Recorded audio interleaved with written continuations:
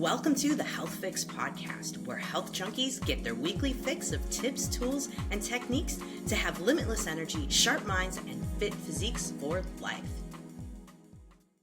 Hey, health junkies. I'm Dr. Jannine Krause, and this is another episode of the Health Fix podcast. On this episode, I'm interviewing Jeff Hoyt. He's on a mission to help people live happier, healthier lives. And he's the founder of Zeolite Labs and the product known as ZeoCharge. Now, he has a whole nother product line with all kinds of cool things that you can add to, like massage tables to help ground people. I mean, you got to check it out. But in this podcast, we're talking about ZeoCharge. Now, zeolite may be something you've heard of. Zeolite is a binder. It helps to bind up toxins in the body. And interestingly enough, it helps with like a deeper detox of the body. I often use it when I pair it with a parasite cleanse or with any kind of bug cleanse or detox in the body. And it's also really great if you're looking to try to get heavy metals and things of that nature out of the body. But why Zeolite Labs? Well, Jeff's all about purity. He's all about the particle size so that the zeolite gets in and grabs the things and encapsulates them and takes them out, if you will. And then also it's all about his proof that this works. Not only that, because he's doing his third-party testing, but not only that, he's getting a lot of feedback from his customers and making sure that he shares that online. And interestingly enough, he developed a higher dose theory of zeolite, which we talk about on the podcast, because I was like, you want me to take 6 scoops of this?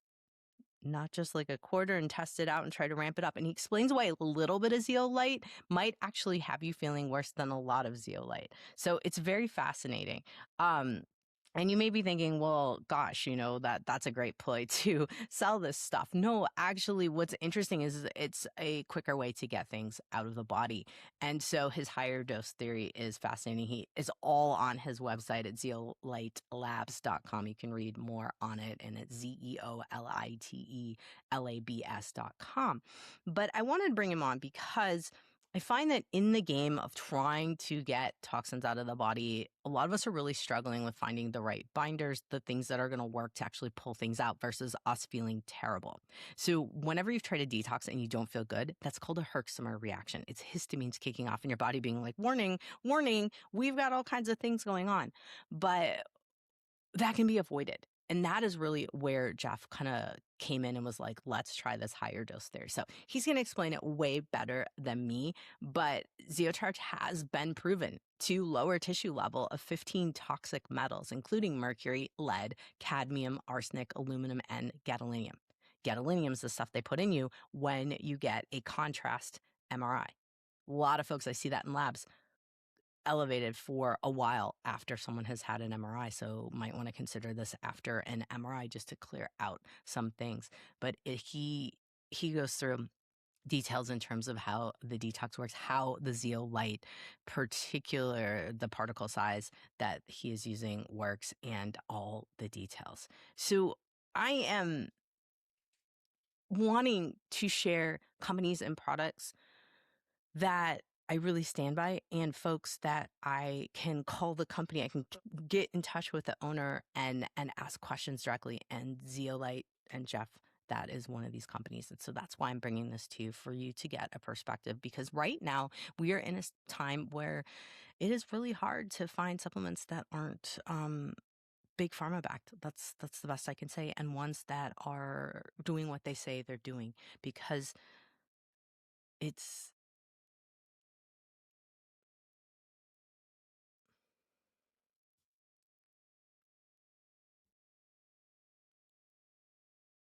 just a tough space right now in the supplement industry, and it's really important to get to know your vendors and who you are using for these particular products to make sure that they're doing what they say they're doing, because you're spending a lot of money on these things. You better darn well get effect, and that's kind of how I feel about this stuff. So let's introduce you to Jeff Hoyt so you can learn a little bit more about zeolite, how it affects your body, how it can be effective to help you to detox, and how this particular product, ZeoCharge, is really helping a lot of my folks. All right, let's introduce you to Jeff Hoyt. Jeff Hoyt, welcome to the Health Fix podcast. Thanks for having me, Jannine. I'm really looking forward to the conversation today.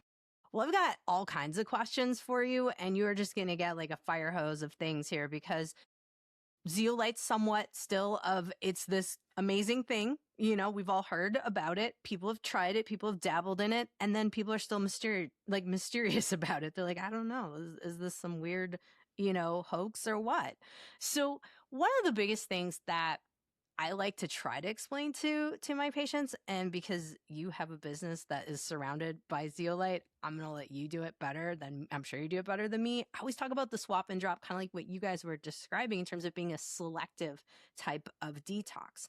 And so please give us a little background into zeolite. Like, what is this magical stuff and how does it swap and drop and selectively detox us? Yeah, and I think the first thing to clarify is that zeolite is a class. It's a class of mineral, and there's a lot of kind of subtypes of it, and they act a lot differently. Okay. So there's natural zeolite, there's synthetic zeolite, there's powdered, there's nano, there's liquid, there's modified, there's all these different things. So we can get into that a little bit, but essentially what zeolite is, it's a naturally occurring mineral.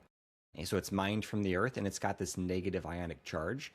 So it binds to positively charged toxic elements. And what you're talking about with this swap and drop, what makes it kind of unique, opposed to just going in and just grabbing everything, similar to like an activated charcoal or some of these other things, they're kind of considered, dumb binders or just traditional binders. Zeolites are considered smart binders or selective binders because opposed to just going in and grabbing, they work through a swap mechanism.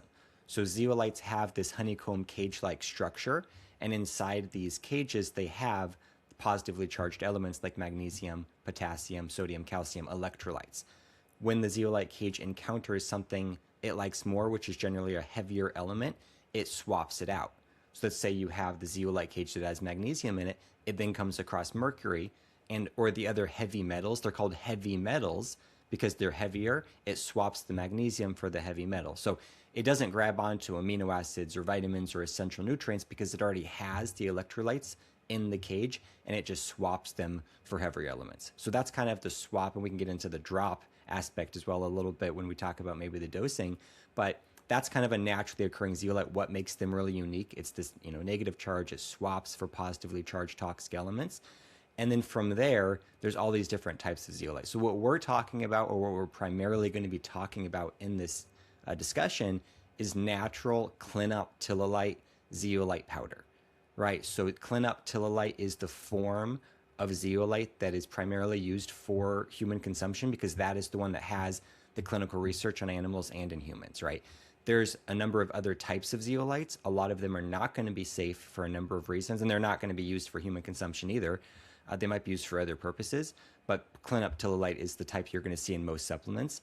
And then there's variations of that as well. And then you have liquids and nanos and synthetics and all this other stuff. We can get into any of that if you want to, but that's the basic rundown. Okay. Thank you for explaining that so much more eloquently than me.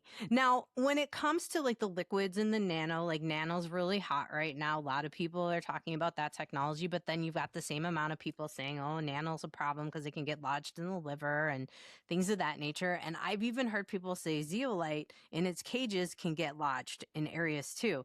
So help us understand the different forms and what you're using compared to what I just described, and what this idea of things getting lodged maybe with zeolite that folks are Yeah. talking about. Yeah. And I guess a step before that is, why would anyone even consider taking it? And the Right. reason they're taking it is generally for detox. It's a binder, at least in the right form. It's going in and it's binding to toxic elements. So it's in that category of the charcoals, the clays, the pectins of binding toxic elements, and then they're modified to kind of do different things. So, binding to heavy metals, to metabolic waste products like ammonia, excess histamine, mycotoxins, radioactive materials, etc. So that's kind of what it does. Why people would even take it if people are still confused at this point in the discussion. So the difference between the products initially, and it is a relatively new product compared to a lot of other binders on the market. So a lot of people that were in medical school, pre 2000 essentially had, never, zeolite wasn't even available, right? So it's like, now it's like, where do you get information on it? It's still not really being taught in any of the schools to my knowledge or anything like that. But essentially, starting around 2000, they started using it for human consumption because they had already done animal studies. And before that, they had done water filtration studies and studies for other commercial purposes. So, for example, They used it in the Chernobyl nuclear disaster, zeolite powder. They dumped it in the water supplies to clean up the radioactive elements from the nuclear disaster, cesium, strontium, right? So they know that it has direct binding affinity for a lot of toxic elements. So there's lots of studies on zeolite and water purification, even binding to glyphosate and water supplies and things. From there, they said, all right, let's start testing this on animals. And then they started using it in animal feed, which they still do. And there's a lot of research on animals, even chickens and dogs and all these other animals. And it binds to mycotoxins in the animal feed. And like in chickens, it helps increase glutathione peroxidase and SOD and improve egg production, all this stuff. And then they said, all right, this seems pretty safe. And like in the animals, they were mixing it with the animal feed, and it was still improving the nutrient level in the blood, because they were expecting it potentially to mess up the minerals, because most binders or chelators are going to be depleting minerals along with the toxic metals and other things they're binding. But it was actually improving the levels of minerals as it was removing the bad stuff. So they said, okay, this seems to be pretty safe. Then they started using it for humans, and then we're about 25 years in to this human process. For the first 7 or 8 years, it was only powder. It was just powdered zeolite. They take this mineral from the earth, they micronize it, and the process is much more advanced now than it was 20 years ago. But they micronized it, ground it into powder, and then you consumed it, you mixed it with water, and that was it. Then we had the marketing companies start entering the arena, because they said, okay, we're getting a little bit of momentum here with this zeolite detox. So you had companies coming in and saying, all right, no one likes powdered products. Let's just be honest. Like, people want the droppers, right? It's what they want, right? It's easier to take.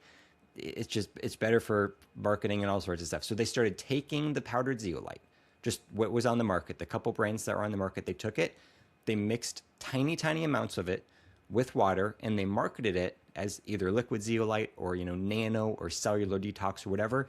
There was nothing different about the zeolite at all. It was literally just the powdered zeolite mixed with water, and we're talking about thousands of times less the dose, right? So that was the 5 years or maybe 10 years even of the liquid zeolite products that were all being marketed for. Just the marketing people got a hold of it, essentially.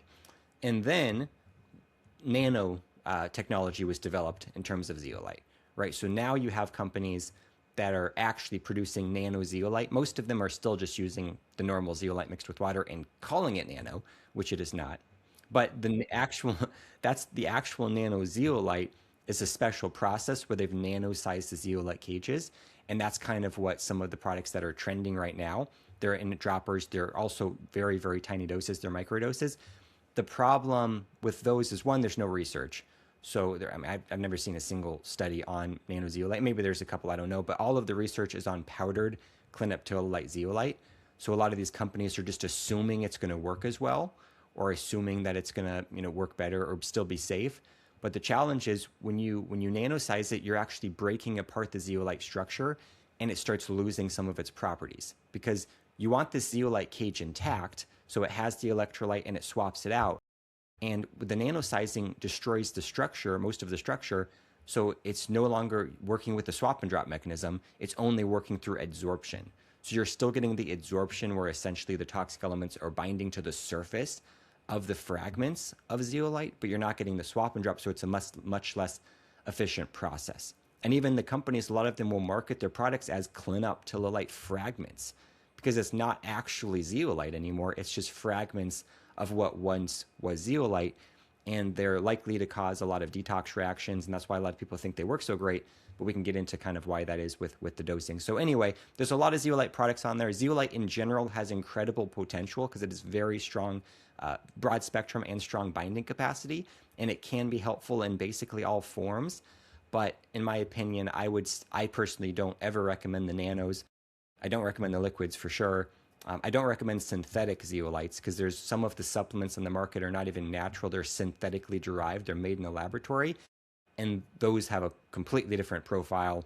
And there is concern with those potentially, lodging in the body, causing issues, because the body doesn't really know what to do with the synthetic version versus the natural.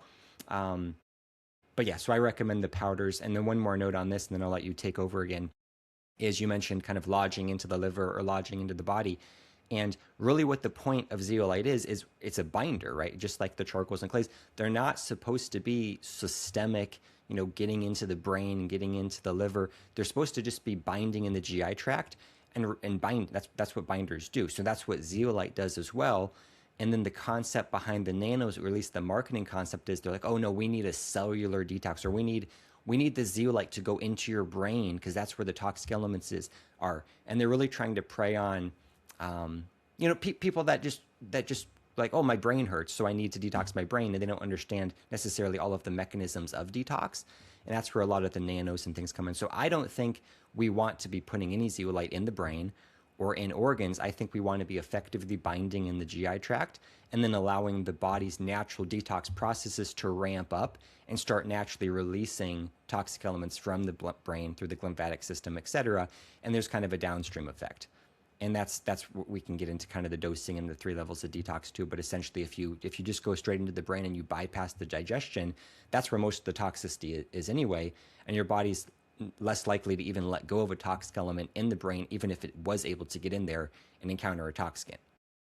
So maybe they get lodged. I don't know. There's really no research, so we don't know the safety profile of them. That's another reason why I don't recommend them. But we know that the natural, powdered zeolite products that are not in the nano range, those are safe. They're GI binders, but they still do offer a full body effect because of the downstream detox effect. And we've proved that through our case studies program and some other analysis we have done.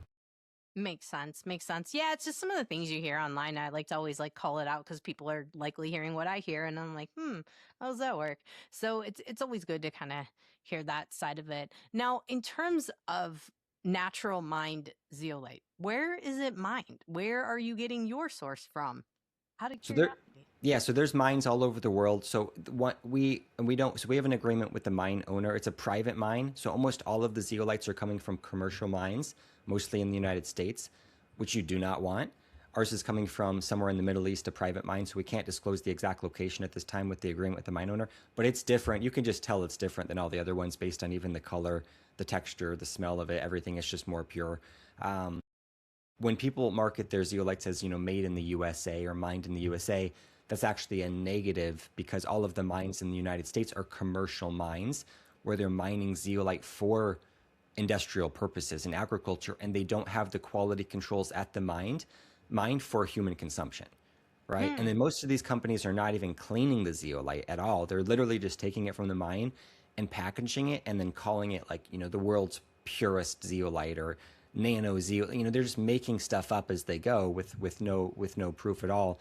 So it is kind of the Wild West a little bit with the zeolite industry. So it's a little bit upsetting to when there are some brands that just aren't as reputable or they're not as honest with their marketing, and then it kind of gives a bad name to the zeolite industry in general. But yeah, you don't want it from the United States. You want it somewhere where there's a better source, because there's also different percentages of clinoptilolite in the mines. And then you have, the purity of the mine. And like, for example, a lot of the mines in the US and the commercial mines, they're going to be completely contaminated with mycotoxins because that's happens. So, we've got the third party analysis showing that there's no mycotoxin exposure or bacterial or any of that stuff. Our zeolite also goes through a pasteurization process to destroy any pathogens that potentially could have gotten in there from the mining anyway. So aside with the cleaning to remove the toxic elements, it also goes through pasteurization. Very, very few companies are doing any sort of cleaning, and they're definitely not doing any sort of pasteurization generally to clean the zeolite. So we just take additional steps to make sure it's the highest quality possible. It's something that, I never really thought about that. And yes, in a day and age when folks are really wanting things made in the US, we have some reasons to rethink things, which is always why I want folks on the podcast to kind of help us explain, but also understand what intricacies we need to be paying attention to when it comes to certain products, much like with Zeocharge, and Zeolite. And so obviously not to compare you to any of the US, mines. We know you're getting it in the Middle East, which sounds super exotic. Did you get to travel over there yourself? I've not. Gotcha. Not Gotcha. yet. Sounds cool. Yeah. So of course my other question, that I like to start podcasts out sometimes with this, but then sometimes I like to infuse the center of them with what is it about zeolite that you absolutely love? If you were like to say maybe 3 top things, what's your favorite 3 things about it? Why are you still drawn to it and creating a company all around? Yeah. So, well, the one is just detox potential. because before I was doing Zeolite, I had another brand. I was selling all sorts of supplements, immune regulators, and all sorts of stuff, which was great. But it's like you go off of it and you're back where you started because it wasn't really like getting out the sources of toxicity. I had a biohacking center that would, you go in, it props your body up, you feel great, but then you stop coming in, you're back to where you started. So I like things that have potential to remove sources of stressors on your life so that when you stop taking it, you're better off than you were before you started. So that's the number one thing I like about it. Number two is that it's not working on any specific biochemical pathway, right? It's not specifically doing anything for you. It's just binding to what is there. So in one sense, it's the least specific product. In another sense, it's actually a targeted therapy because it's binding to what each unique person has uniquely in their body at that time. So it's like almost a personalized product in that mechanism. So I like it because we don't. Sometimes we're guessing. We're taking these vitamins and these nutrients and whatever it is, and we're saying we're trying to optimize this biochemical pathway. But there's always downstream effects, and we don't always have it all figured out. And I like things that are very simple and they can't really mess things up. Besides detox reactions, but I like it just goes in and it binds. So I say there's no side effects to it. There's only detox reactions. And there's definitely, can definitely be detox reactions, but they're not side effects. They're just when you bind to something and you stir stuff up, anything can happen. And that's also unique to the individual, which we can get into. But I like that it doesn't specifically work on anything and it's not, altering really biochemistry directly. It's just all of an indirect process. And then I like that it's one thing that a lot of people have found that just works better than everything else, right? For some people. And it's just one of those things because some people haven't been able to tolerate other binders because I think binding is very important. And there's a number of good binders out there. And it's just some of them, whether it's because they're so constipating or it's because it's stripping nutrients or they just can't tolerate it for one reason, they just can't take binders and then their body's not able to keep up with their daily dose of toxicity. Whereas when they take Zeocharge, they're able to tolerate it and it reduces the daily burden and then they feel better. So for a lot of people that haven't been able to take binders or haven't been able to do other detox protocols successfully because of the terrible reactions, a lot of those individuals have been able to take Zeocharge when taken appropriately. And it's just, they can start getting the ball rolling and start detoxing opposed to accumulating. Makes perfect sense. And definitely somewhere where, I've been a naturopath for almost 20 years now. And you want something that's going to last, right? And you want something that's going to keep people feeling good longer versus having to have something as a band-aid. And, our environment's not getting any cleaner. So we have to kind of think about these different things for sure. For sure. And yes, a lot of women, I see a lot of folks, in the perimenopause, menopause and beyond kind of state and gut health is an issue and constipation is a big factor. And that is one of the biggest downsides that we've had using binders in the practice with different folks. Now, you mentioned something that, of course, is kind of what I wanted to talk about is dosing and this concept of what do we do with these Herxheimer reactions and how do we navigate it? Because I started using Zeocharts. You guys, I got it here.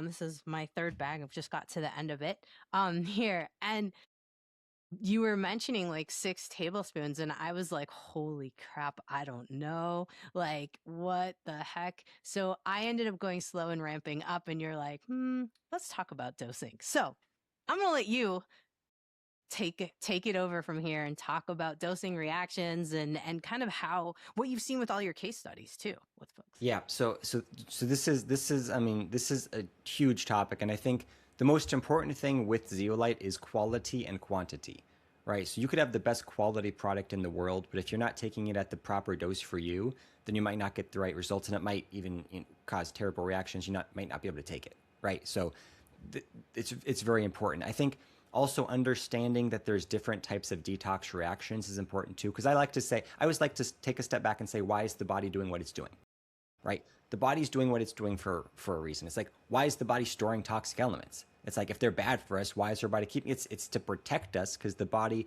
it's all about priorities. The body's focused on short-term survival over long-term thrival. So the body would prefer to keep a toxic element like mercury in your brain, even though it might be causing neurodegeneration, opposed to having it floating around in your processing center where it's actively being dealt with the system, which is resulting in an immune response and inflammation, right? So when the body, keeps these heavy metals in tissue, it's actually kind of a storage unit, and it hides them and causes more long-term issues, less short-term. So I like to think of stuff like that, like why is the body doing what it's doing?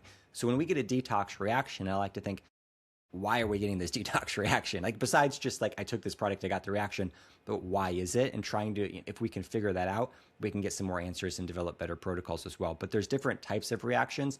Some of them are going to be avoidable, some of them potentially not. But when it comes to detox, minimizing or avoiding detox reactions is always ideal. So I'm not really one that says you just have to suck it up and just, fight through it and you're just going to feel terrible for the next year, but it's going to be worth it type of thing, right?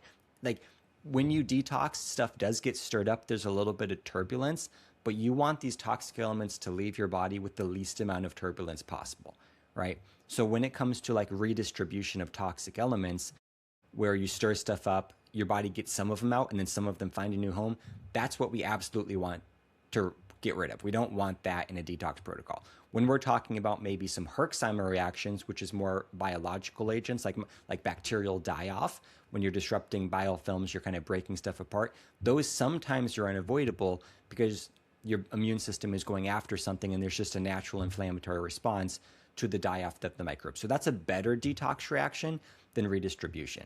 Then you've got things like retracement symptoms, where essentially you have a trapped emotion that your body has suppressed for years. That comes to the surface. You start reliving, a past trauma, also potentially going to be unavoidable, or to some extent unavoidable, because you're not going to be able to bind to that emotion necessarily. Your body has to process it. So there's all these different reactions, and some of them are avoidable, some of them are not, but we want to minimize them all as much as possible. And it comes down to detox energy, right? The more energy, or the body has a certain amount of energy to deal with everything it has to deal with on a daily basis, right? And some of that energy goes towards detox. I call that detox energy. If the toxic elements coming in on a daily basis, that's our daily dose, if that exceeds our daily detox energy, that's when we get accumulation. And if this happens day after day and year after year, we start accumulating a lot of toxic elements, right? So what we want to do is free up this energy so that our body can start not only dealing with the daily dose of toxicities, but have extra energy to start releasing toxic toxic elements from storage, right? And this is why even people that go on vacation sometimes will get sick, if assuming it's not from like partying and drinking. But sometimes people, take a break, or they have a college student has an exam and they're studying for 2 months for it, very stressed out. And then afterwards, once again, assuming there's no alcohol involved, afterwards they get sick. And a lot of times that's because your body's in survival mode during the middle of it. The cells are shut down. It's not in detox mode, it's in survival mode.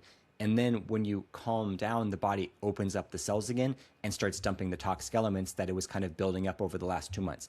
Then you get sick. So it's all interesting. It's all priorities in detox. Now, bringing this back all to the zeolite dosing paradox. So what I discovered is that, interestingly, there is a paradox with, at least with ZeoCharge. So I haven't tested this with like a lot of other products, so I can't speak to other products because there are differences in the zeolites. But with ZeoCharge, there is a dosing paradox where higher doses are generally less likely to cause the detox reactions than the low doses, or at least the micro doses, right? So, and I discovered this was probably 6 years ago. I discovered this because people were, microdosing it, as they do, people coming into my biohacking center. And then some of the people that were microdosing were getting headaches and, irritability and joint pain and all these things. But then all the people that were starting on higher doses were not. And then I started, a few sensitive people came in that normally would microdose. I'm like, just take this higher dose instead. And then they weren't getting reactions. And then the people that were microdosing, I said, why don't you just, a couple of them that were willing to try it, I said, why don't you, take, they were taking, like a sip of the powdered water. I said, why don't you take, 3 teaspoons or something at the time. And they did. And they're like, a couple of them did. And then they had much, much less symptoms. And they're like, what is happening? So then I kind of developed the whole philosophy behind it. And, that was like the experiment.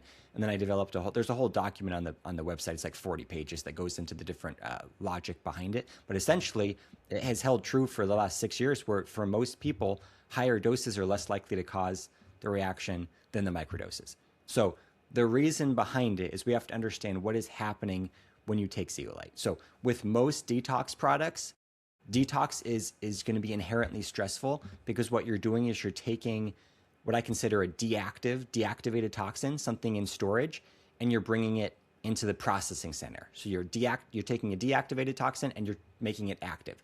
Now the body has to use detox energy to work on it. So if you're at max capacity, let's use the cup. I don't have a cup with me, but let's use the cup example of functional medicine, where in your processing center, your gut and bloodstream and everywhere else, you have, you know, a cup's worth of energy to deal with toxicity. And if that cup overflows, then you start getting detox reactions because your body can't handle the amount of toxicity present. So some people actually get detox reactions every single day without even going on a detox protocol because they're having detox reactions to their daily dose of toxicity. Their body can't even keep up with what they're exposed to. So those individuals, when they detox, they're usually considered too sick to detox, because if they try to take a standard detox product, it takes more toxic elements from tissue, it puts them into that cup. The cup is already overflowing, so you just added more to it. It overflows more. That's more stress. The body already couldn't handle the daily dose, and now you get more reactions. Someone that's kind of on the borderline, let's say they're not symptomatic, but they're kind of on the verge, their cup's 80% full. They take a detox product, it takes toxicity from tissue, puts it into the cup. That overflows the cup. Now you have detox reaction. So a detox reaction is your body telling you there is more stress right now than what it wants to deal with, hence the reaction, which is what your body's telling you. So most products automatically add stress to the system. So going low and slow is absolutely the correct approach, because the more you take of the detox agent, the more toxicity you're liberating from tissue, the more that's going into the cup, the worse you're going to feel, the more reactions. And that doesn't mean the product is working better. So that's very important, because some people say, oh, the worse I feel, the better it's working because I'm detoxing faster. Not necessarily. Right. Because if your body's getting all these symptoms, that means it doesn't have the required energy to deal with that stuff. So then you're going to get a lot of redistribution. So you're stirring stuff up, you get remobilization. Not ideal, right? So just because you're feeling terrible doesn't mean you're detoxing faster. In an ideal detox state, you're feeling nothing or you're feeling better because you have no turbulence on the way out. And you're actually detoxing faster that way, generally. So it's not all about symptoms. So bring this to zeolite. Since zeolite is different, opposed to going in and mobilizing toxicity from tissue, adding it to the cup, it's grabbing the toxins that are already in the cup, right? Because it's a binder. So it's grabbing toxicity. And then when the body, in response to that, usually more toxins are added to the cup because there's biofilm disruption, for example, where you're mobilizing all sorts of metals and toxic elements and microbes and whatever else from these toxin clusters. And then in response to binding in the GI tract, the body usually has this downstream effect where it starts letting go of toxic elements from tissue, from organs, from wherever else in the body. So essentially, let's say your cup was 99% full. Okay. You took a microdose of zeolite. So we're talking about you take a scoop of zeocharge, you mix it with a glass of water, and you took one sip. So just a very, very tiny dose. And that would be like equivalent to basically a serving of like a liquid zeolite product, right? Just one sip of zeocharge. And you went from 99% full in your cup to 97% full in the cup. So you removed a couple units of toxicity. So great, right? You shouldn't have symptoms because you took a low dose, right? But we didn't take into account the cascade of events from that binding. So now you have the biofilm disruption. Now you have potentially the body releasing some toxic elements from tissue. And now all of a sudden you went from 97 to 120. And now you're overflowing and you have symptoms. Now let's say that same individual was at 99. They drank the entire glass of zeocharge this time. So they put a couple scoops in. Instead of one sip, they took the entire glass. They went from 99 to 48. Random number. They went to 48. Then their body, you still get the biofilm disruption. Let's say that adds 10. You're at 58. The body starts dumping toxicity from tissue and organs. Let's say that's 20. You're at 78. You're still under 100. So you don't get the detox reactions, right? So the goal really is the more you take, the more you're removing the toxic elements from the processing center, from the cup, the more room there is to receive additional toxicity that is going to be a natural response to the detox process. So that's why a lot of times the higher dose works better than the lower dose, because you're removing more first, and then the stress added by detox is tolerable because there's room to receive it.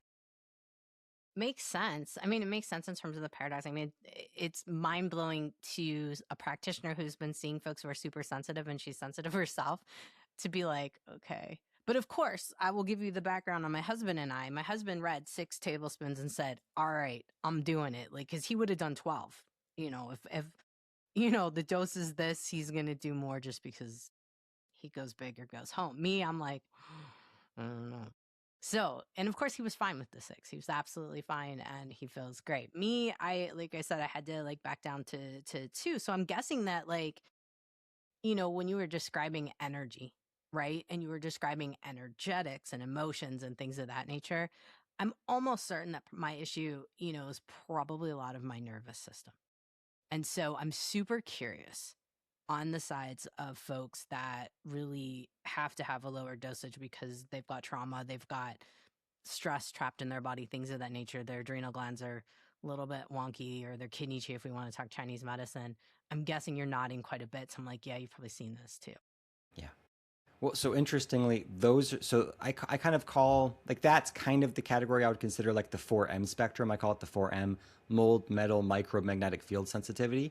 You kind of get this spectrum of like hypersensitive individuals. And you can throw in a fifth M, which is like mental and emotional, because when you're sensitive to the other things, you're generally more sensitive to the emotional aspect as well. So you've got this spectrum. Those are the individuals who we have, probably, hundreds for sure, maybe 1,000 plus individuals with that spectrum that have been taking Zeocharge, and it's the only thing they've been able to take. Now, it is highly dependent because some of them have not been able to tolerate it. So it's one of those things you just don't know. But for at least 85% of those individuals, they have to take at least 2 scoops per day. When they microdose it, it's a disaster. So there's a lot of different things that can happen when you take it. And some people do better on a little lower dose, but not no one does well on a microdose. So when I say microdose, I'm talking about like a sip. Gotcha. So that's generally the worst thing you can do, is taking, like a couple of milligrams. So, and this is why the liquid and nano products sometimes are so problematic, because they're literally like 6 scoops of Zeocharge, which is kind of the high end starting dose for really sensitive people, is exactly 100,000 times the dose of the nanos. 100,000. So you can see like you're not getting very much with these liquid and nano products. I mean, you look at the bottle and it's clear. Zeolite's not clear. They call them, some of them are like literally called clear drops. Like there's nothing in there. It's like such a micro dose. So it's enough to go in and just like remove, 0.1% of a toxic element and stir stuff up. And I think and disrupt biofilms still. And maybe there's some sort of homeopathic like body's response to the zeolite process where it dumps toxicity. I don't know. There's a lot that could be going on, and they still can help detox, but it's so inefficient that they get terrible detox reactions, right? So that's where, like, we did a sip challenge just to drive this point home one more time. We did, people, we had them take a scoop, mix it with the water, and take 1 sip. And the individuals who got symptoms, mostly headaches are the most common detox reaction. The next day, we had them drink the entire glass, and they didn't get the headache anymore.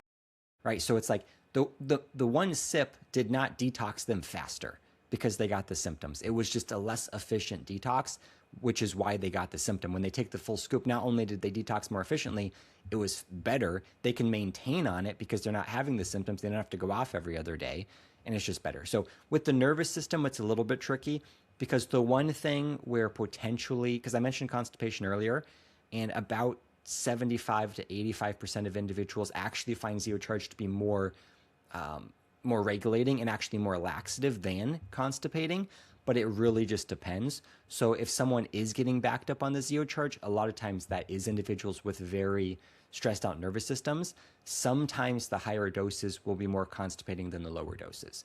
So that's one situation to drop it down. Most of the time, actually, it's the low dose resulting in the constipation, because the lower doses is resulting in a little bit of GI inflammation from the detox stress. And then individuals go on higher doses and it loosens their stools. So it could go either way. It's a question of, is it the actual powder itself causing the constipation sometimes, or is it a detox reaction, in which point taking more would actually reduce the constipation? That's most of the time. But it's one of those things, it just depends. And also depends on what you're detoxing. So someone that's actively detoxing mercury, a lot of times the mercury is very constipating on the way out.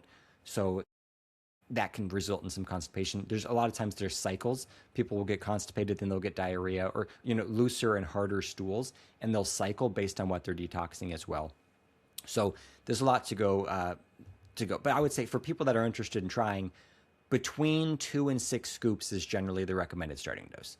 So that's great. Like 2 scoops, I have no problem with 2 scoops. And it's also what you're comfortable with. If you're absolutely terrified of taking like 6 scoops, don't do it, right? Like if you are absolutely positive that you're going to get reactions from 6 scoops, then don't take the 6 scoops. Like take what you're comfortable with, but don't take 1 sip.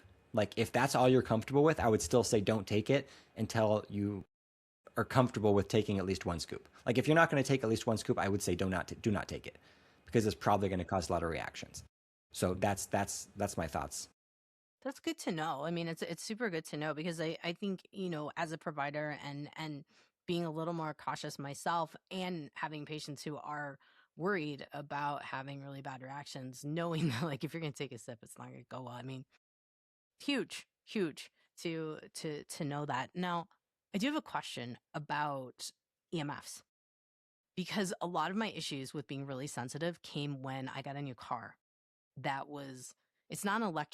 It's not it's a gas vehicle, but it has like all kinds of Wi-Fi and all the things that all the fancy cars have these days. And I find that that's when I'm the sickest. What would you say to someone that maybe does feel hasn't connected it, or maybe is like thinking EMFs are an issue or something like that?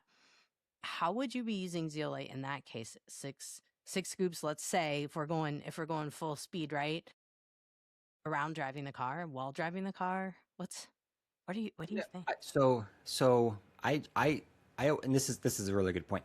It's not, if someone's going to take 6 scoops, it's not 6 scoops throughout the day. It's 6 scoops per dose, right? So the key is to get enough on each dose. If you take 1 scoop 6 times per day, that's the worst thing you could do generally. Because if 1 scoop isn't enough for you and it causes a little bit of stress, you've now stressed your body out 6 times per day, and it's going to be the worst thing.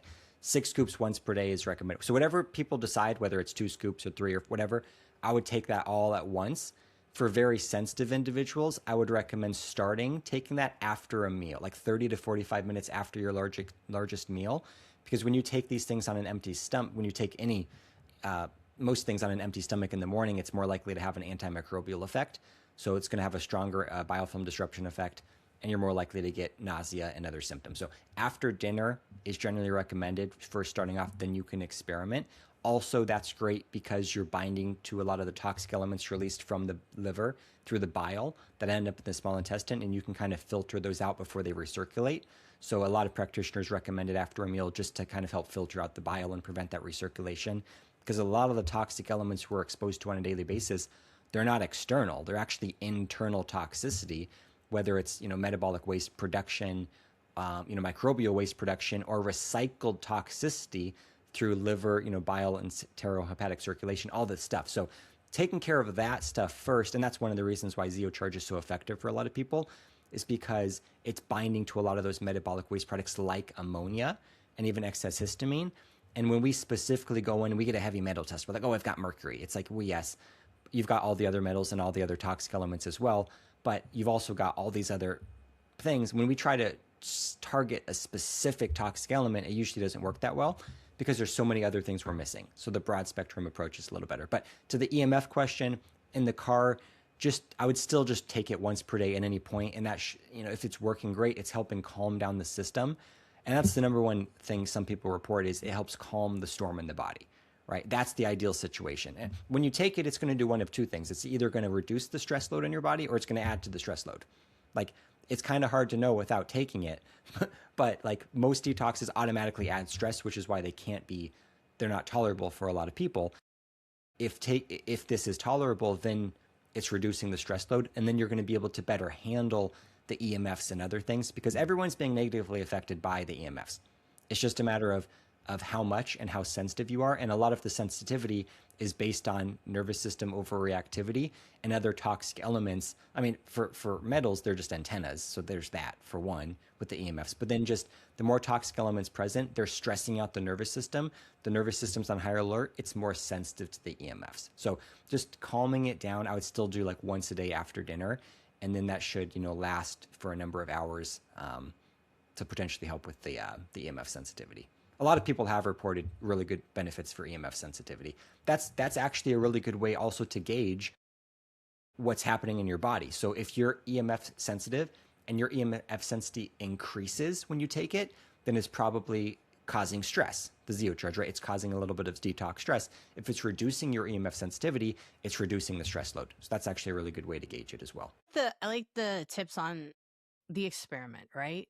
Because at the end of the day, that's what this is. We're experimenting to see how we feel, how things go.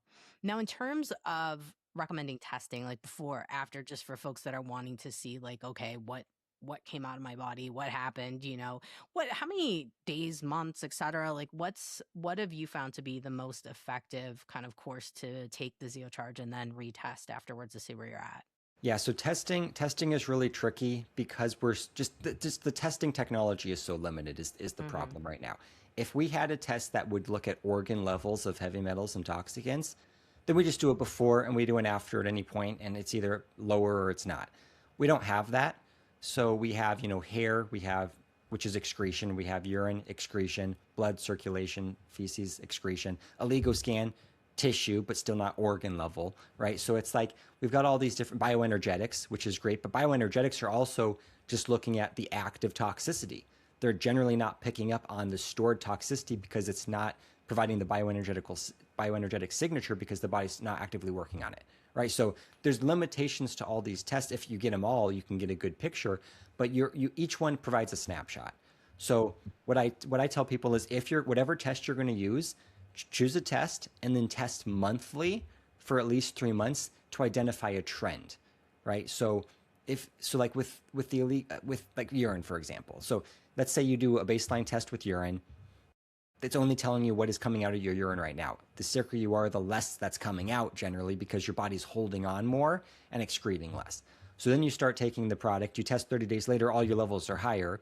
That's actually good because now your body has liberated. So maybe you did a chelation challenge test initially to see what's coming out. Great too. But retesting with the urine, I don't find especially helpful because we're only measuring output. And sometimes the healthier you get, the faster you're increasing the output. So sometimes the metals actually keep getting higher on the urine, which is good because it means the body's letting go of them faster.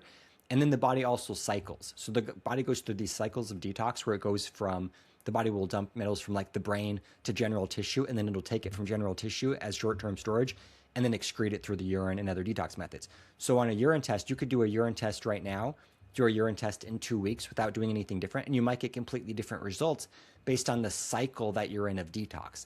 Because the body is incredibly intelligent when it comes to detox, and you could take this like on zeocharge. You could take zeocharge for a year, and your body will detox different things from tissue during different months because it's a downstream effect. You're binding in the GI tract, and then the body lets go of mercury, gadolinium, and lead from the brain 1 month.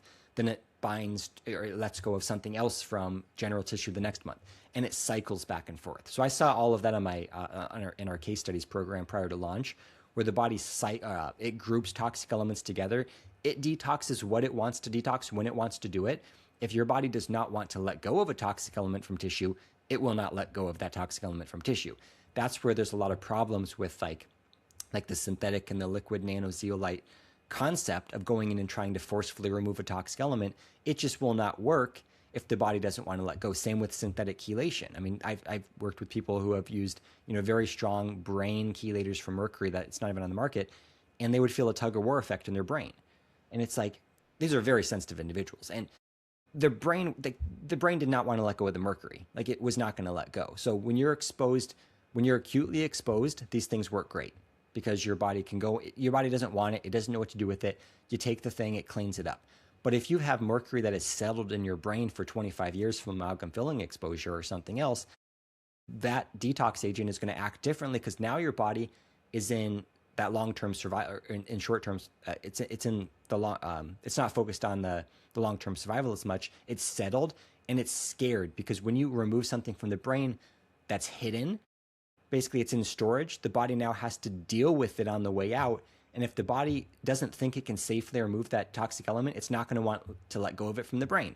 So that's why this downstream effect is generally more effective, because you bind in the GI tract, you remove space, you open up space in the cup, you increase detox energy, And then the body starts naturally letting go of the heavy metals from the brain, from the organs, et cetera, as this downstream effect. So for testing, like I use the illegal scan, or that's what we did for our case studies. I use it sometimes still. Hair testing is great too. So hair testing is good because you can get the oxidation rates and you can get some other markers that are not just about like the levels of the metals coming out, but in terms of like the urine or the illegal scan or something like that. I like monthly testing just to see if you're actually getting movement. If nothing is ever changing, like it's just tricky. Like on the illegal scan, what happens is you test, and that it's a spectrophotometry. Are you familiar with the illegal scan? Okay, yeah. So spectrophotometry, for people that don't know, that's measuring, the tissue level of heavy metals in your hand only.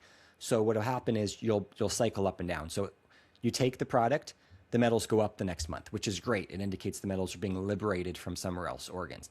The next month, a lot of times the metals come back to the baseline. And then they'll go up again, then they'll come back to baseline. They'll go up again. It cycles. So there's a specific level of metals in the tissue that the body is comfortable with, and then it doesn't deviate too much from that.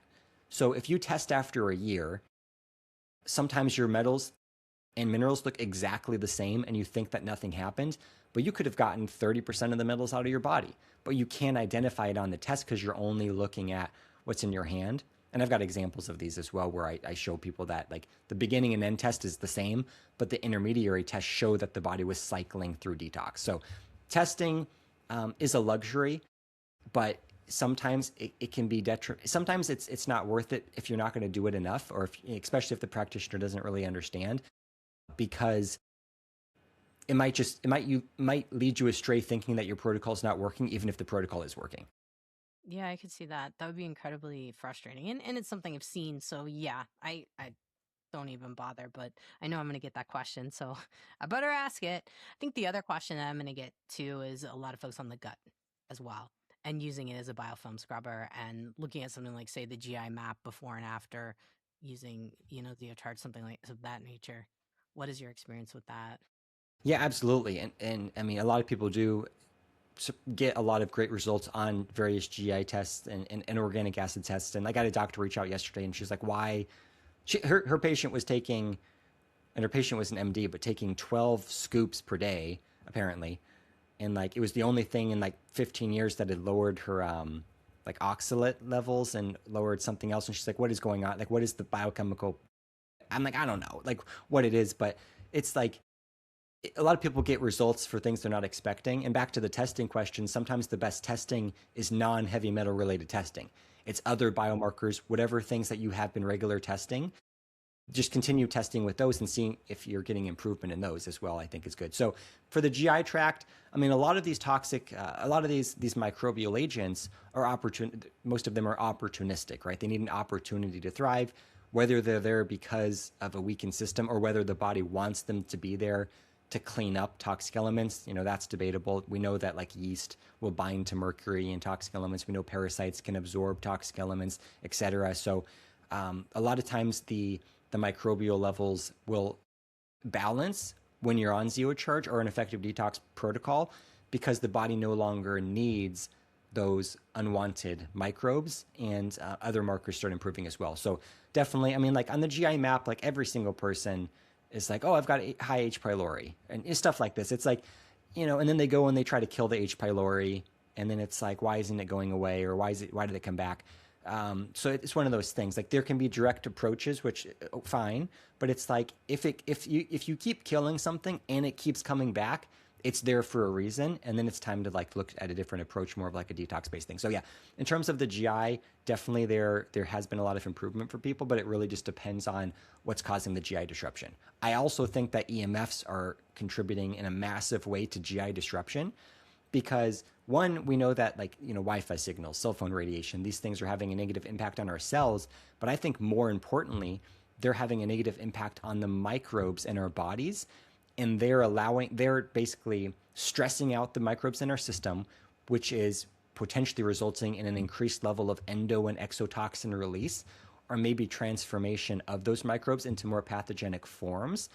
And it's very difficult to balance the gut these days. And I think that's potentially one of the reasons, is because we're constantly exposed to these signals that are stressing out the microbes, resulting in these products that are then causing an immune response. When you have the immune response constantly, that's resulting in inflammation. When you have inflammation all the time, it's a more difficult time, then the gut lining is not ideal, etc. So I think there's a lot of factors, but the GI aspect of the Zeocharge, I think, is huge, because cleaning up the gut really is important, right? For detox, because there's so much, your body's using so much energy for digestion and so much energy on trying to balance the gut, that it's taking away from some of the other detox energy that could have been used for detoxing things from your brain and other organs. So if you completely bypass your gut and you're just like, I'm just going to try to rip out metals out of my brain, but my gut's a mess, it's like, it's probably not going to work that well, because you have to start where most of the toxicity is.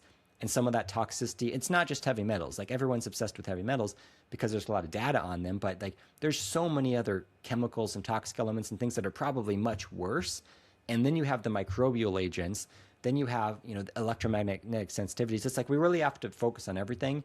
And what I tell people, which most people always think it's completely not helpful at all, but I say it every time anyway, is that the key to an effective detox is to get healthy. Because the healthier you are, the faster you're detoxing.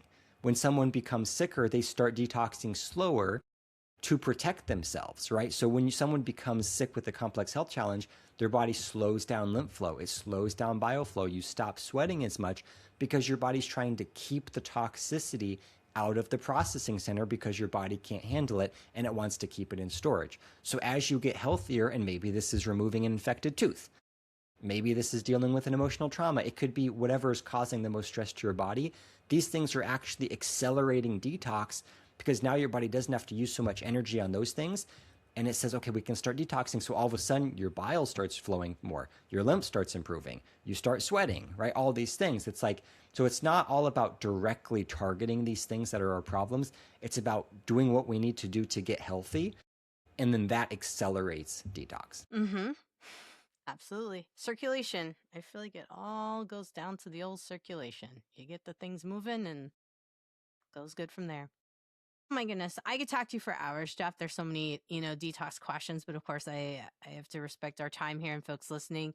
Now, let's talk about Zeocharge, where they can get it, how they can get more information. Because I know you have a ton on the website there. They can look at all the case studies, everything.